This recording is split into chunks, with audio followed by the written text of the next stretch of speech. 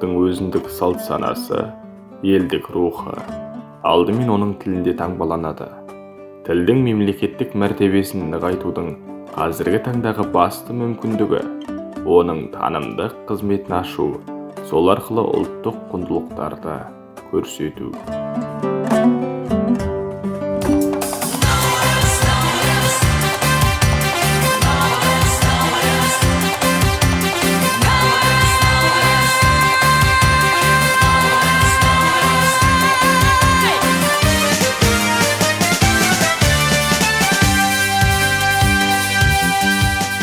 Наурыз жыл басы.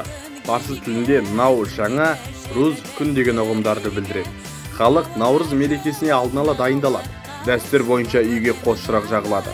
Ыдыстар ернеуіне дейін айранмен, сүтпен немесе бұлақ суымен толтырылады. Бұл тоқшылықтың белгісі.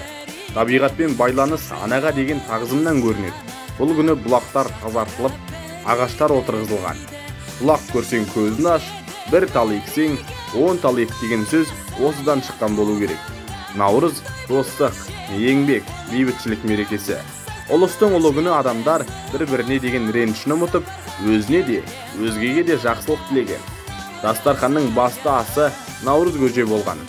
Осы ұлық мерекенің басты тағамы Наурыз көженің шығу тарихына тоқталмақшымыз. Күн мен түн теңелгенде Қазығұртқа Нұх тоқтатты. Пайғамбар аман қалған үшін Құдай тамақ бермекші болады. Сөйтіп, кемедегі бар азықты шығарады. Олар ет, құрт, бидай, жүгері, сары, су, тұз екен. Осының бәрін қазанға салып, қайната отырып, Алланың есімін айтып, ұлықтайды. Осы үшін Алла оның тағамына берекесін береді. Содан бері Нұхтың осы тағамын тілеу көже немесе Наурыз көже деп атайды. Наурыз күні адамдарды тойдыру пайғамбардың сүннеті.